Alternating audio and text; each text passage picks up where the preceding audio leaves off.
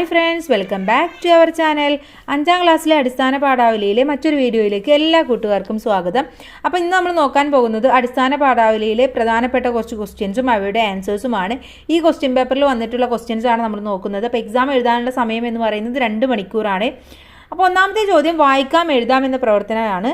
രചന വായിച്ച് ചുവടെയുള്ള ചോദ്യങ്ങൾക്ക് ഉത്തരം എഴുതൂ എന്നുള്ളതാണ്. ഓക്കെ, അപ്പോൾ ഇവിടെ തന്നിട്ടുള്ളത് ഒരു കഥയുടെ ഭാഗമാണല്ലേ.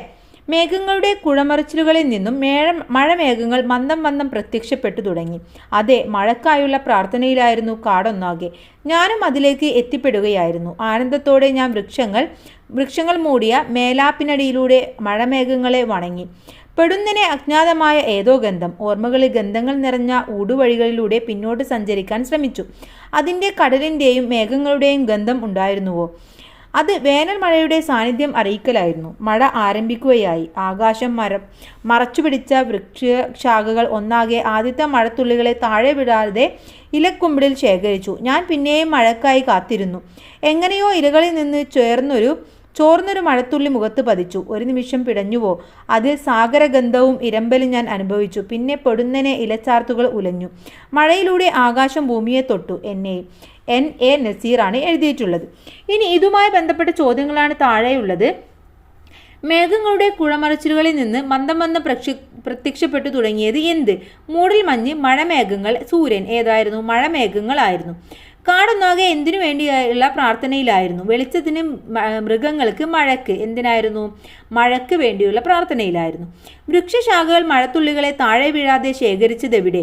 കൈക്കുമ്പിളിൽ, ഇലക്കുമ്പിളിൽ, ശാഖകളിൽ. എവിടെയായിരുന്നു? ഇലക്കുമ്പിളിൽ ആയിരുന്നു. വൃക്ഷശാഖകൾ എങ്ങനെയാണ് മറച്ചു പിടിച്ചത്? എന്തിനെയാണ് മറച്ചു പിടിച്ചത്? ആകാശത്തെ, ഭൂമിയെ, നക്ഷത്രത്തെ. എന്തിനെയായിരുന്നു? ആകാശത്തെയായിരുന്നു അല്ലെ. ഇനി സന്തോഷം എന്ന വാക്കിന് പകരം വരുന്ന ഒരു വാക്ക് ഗദ്യഭാഗത്ത് നിന്ന് കണ്ടെത്തുക. അജ്ഞാതം, ഗന്ധം, ആനന്ദം. ആനന്ദം എന്നുള്ളതാണ്. അപ്പോൾ ഇതുപോലെ ഒരു പാരഗ്രാഫോ എന്തെങ്കിലും തന്നിട്ട് അതുമായി ബന്ധപ്പെട്ട ചോദ്യങ്ങളും ഉത്തരങ്ങളുമാണ് നിങ്ങൾ ആദ്യം എഴുതേണ്ടത്. ഓക്കെ, ഇനി നമുക്ക് അടുത്ത പ്രവർത്തനത്തിലേക്ക് കടക്കാം.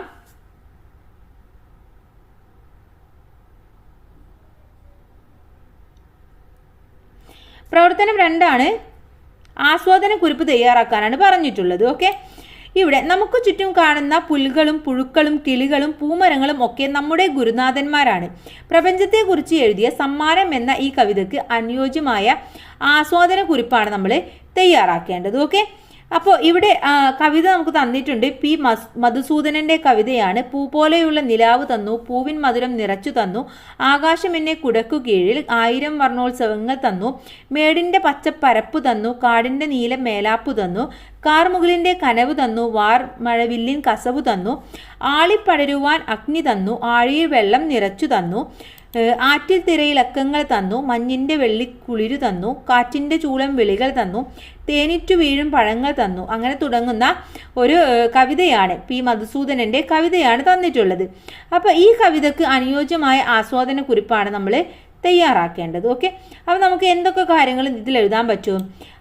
ഇതിന് ആസ്വാദന കുറിപ്പ് എഴുതുമ്പോൾ പ്രപഞ്ചം മനുഷ്യർക്ക് ഒരുപാട് അനുഗ്രഹങ്ങൾ തന്നിട്ടുണ്ട്.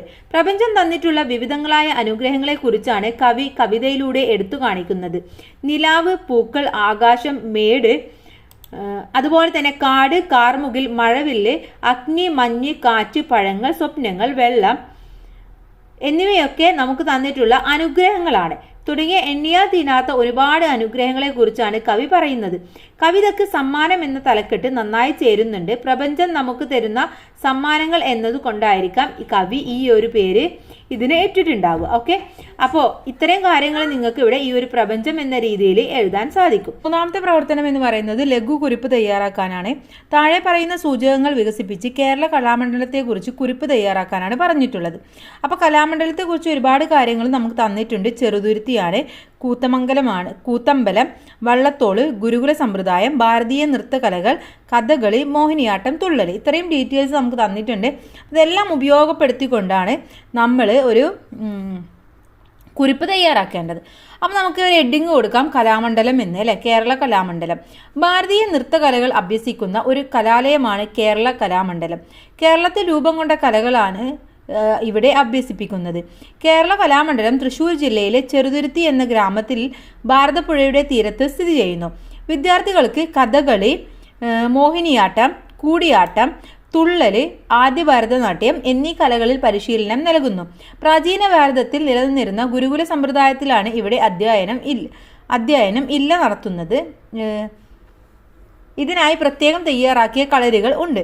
വള്ളത്തോൾ നാരായണ മേനോനും മണക്കുളം മുകുന്ദരാജയും ചേർന്നാണ് ഈ സ്ഥാപനത്തിന് രൂപം നൽകിയത്. ഓക്കെ, അതുപോലെ തന്നെ കേരള കലാമണ്ഡലത്തിൽ 1976 നിർമ്മിച്ച കൂത്തമ്പലം ആകർഷകമാണ്. കൂത്തമ്പലത്തിൽ സ്ഥാപിച്ചിരുന്ന തൂണുകളിൽ 108 നൃത്തരൂപങ്ങൾ കൊത്തിവെച്ചിട്ടുണ്ട്. ഭാരത മഹർഷിയുടെ നാട്യശാസ്ത്ര പ്രകാരം പ്രത്യേകം സൃഷ്ടിച്ച വേദിയാണ് കൂത്തമ്പലം. കേരളത്തെ സംബന്ധിച്ചിടത്തോളം കൂത്തുകൂടിയാട്ടം, നെങ്ങിയാർ കൂത്ത് എന്നിവ കൂത്തമ്പലങ്ങളിൽ അവതരിപ്പിക്കാറുണ്ട്. അപ്പോൾ ഇത്രയും കാര്യങ്ങൾ നമ്മൾ അറിയുന്ന കാര്യങ്ങളാണ്. അപ്പോൾ ഇതെല്ലാം ചേർത്തുകൊണ്ട് ഒരു പാരഗ്രാഫായിട്ട്, ഒരു കുറിപ്പായിട്ട് എഴുതിയാൽ മാത്രം മതി. ഓക്കെ, ഇനി നമുക്ക് അടുത്ത പ്രവർത്തനം നോക്കാം. എൻ്റെ ജീവിതം അരങ്ങിലും അണിയറയിലും ആരുടെ ആത്മകഥയാണെന്നാണ് ചോദിച്ചിട്ടുള്ളത്.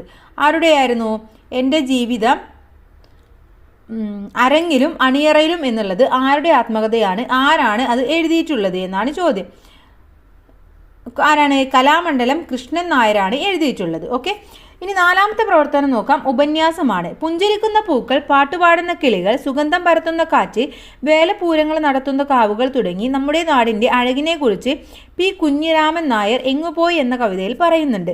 പച്ച വിരിച്ച വയലുകൾ, പാടുന്ന പുഴകൾ, ഇങ്ങനെ എന്തെല്ലാം നിങ്ങൾക്കറിയാവുന്ന കൂടുതൽ കാര്യങ്ങൾ ഉൾപ്പെടുത്തി നമ്മുടെ നാടിൻ്റെ സൗന്ദര്യത്തെക്കുറിച്ച് ഒരു ഉപന്യാസം തയ്യാറാക്കാനാണ് പറഞ്ഞിട്ടുള്ളത്. അപ്പം നിങ്ങളുടെ നാട്ടിൽ കാണുന്ന കാര്യങ്ങൾ നിങ്ങൾക്ക് എഴുതാം. അപ്പോൾ നമുക്ക് എൻ്റെ കേരളം അല്ലേ, കേരളത്തെ കുറിച്ചിട്ടാണ്, അതാണ് നമ്മുടെ നാട് എന്ന് പറയുന്നത്. എൻ്റെ നാട് കേരളം പ്രകൃതി സൗന്ദര്യത്താൽ നിറഞ്ഞ നാട്. വരിവരിയായി നിൽക്കുന്ന മലനിരകൾ, പച്ചപ്പട്ടു വിരിച്ച കുന്നുകളും പുൽമേടുകളും, അവക്ക് മുകളിലായി പഞ്ഞിക്കെട്ടുപോലെ നീങ്ങുന്ന മേഘക്കൂട്ടങ്ങൾ, തല ഉയർത്തി നിൽക്കുന്ന വൻമരങ്ങളും, അവയ്ക്കിടയിൽ കൊച്ചു സത്യങ്ങളും നിറഞ്ഞ വലിയ കാടുകളും, ആനയും മാനും പുലിയുമെല്ലാം സ്വതന്ത്രമായി വിഹരിക്കുന്നുണ്ട് ഇവിടെ. മൂളിപ്പാട്ടും പാടി ഒഴുകുന്ന കാട്ടാറുകളും അരുവികളും അവിടെയിവിടെയായി കാണാം.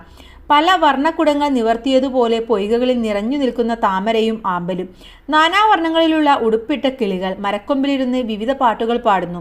ചക്കയും മാങ്ങയും പോലെ രുചിയേറും ഫലങ്ങൾ നിറഞ്ഞ തോട്ടങ്ങൾ, നിറവും മണവും കൊണ്ട് ആരെയും ആകർഷിക്കുന്ന പൂക്കളൊരുക്കിയ പൂന്തോട്ടങ്ങൾ, സ്വർണ്ണക്കതിരണിഞ്ഞ നെൽപ്പാടങ്ങൾ, പറമ്പുകളിൽ മേഞ്ഞു നടക്കുന്ന പശുക്കിടാങ്ങൾ, ഇളം കാറ്റിൽ തലയാട്ടി നിൽക്കുന്ന തെങ്ങുകൾ. കേരള നാടിൻ്റെ സുന്ദര കാഴ്ചകൾ പറഞ്ഞാൽ തീരില്ല.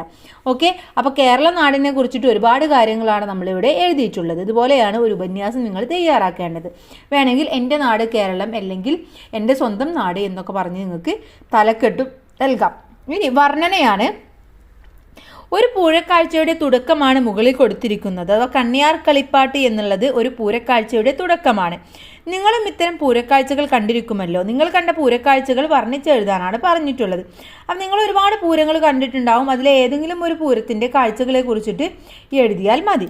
ഇനി അവസാനത്തെ ചോദ്യത്തിലേക്ക് കടക്കാം. വിശകലന കുറിപ്പാണ്.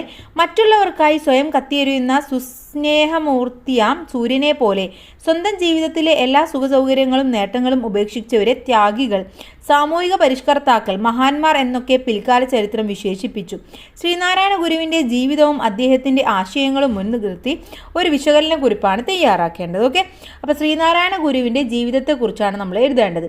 ഭാരതം കണ്ടതിൽ ഏറ്റവും വലിയ തത്വചിന്തകനും മഹാനായ സന്യാസി വര്യനും കേരള നവോത്ഥാന ചരിത്രത്തിലെ അതുല്യനായ സാമൂഹിക പരിഷ്കർത്താവും ആയിരുന്നു ശ്രീനാരായണ ഗുരു.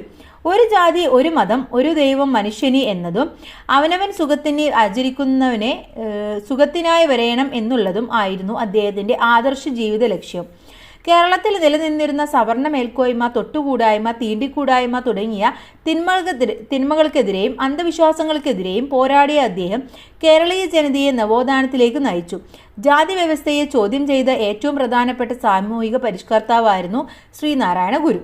ഓക്കെ, അപ്പോൾ ശ്രീനാരായണ ഗുരുവിനെ കുറിച്ച് അറിയുന്ന കാര്യങ്ങളെല്ലാം നിങ്ങൾ എഴുതുകയാണ് ഇതിലൂടെ വേണ്ടത്. ഓക്കെ, അപ്പോൾ ഇത്രയുമാണ് ഈ ക്വസ്റ്റ്യൻ പേപ്പർ എന്ന് പറയുന്നത്. എല്ലാ ക്വസ്റ്റ്യൻസും നമ്മൾ ഡിസ്കസ് ചെയ്തു. എല്ലാവർക്കും വളരെ നന്നായിട്ട് തന്നെ എക്സാം എഴുതാൻ കഴിയട്ടെ. Thanks for watching.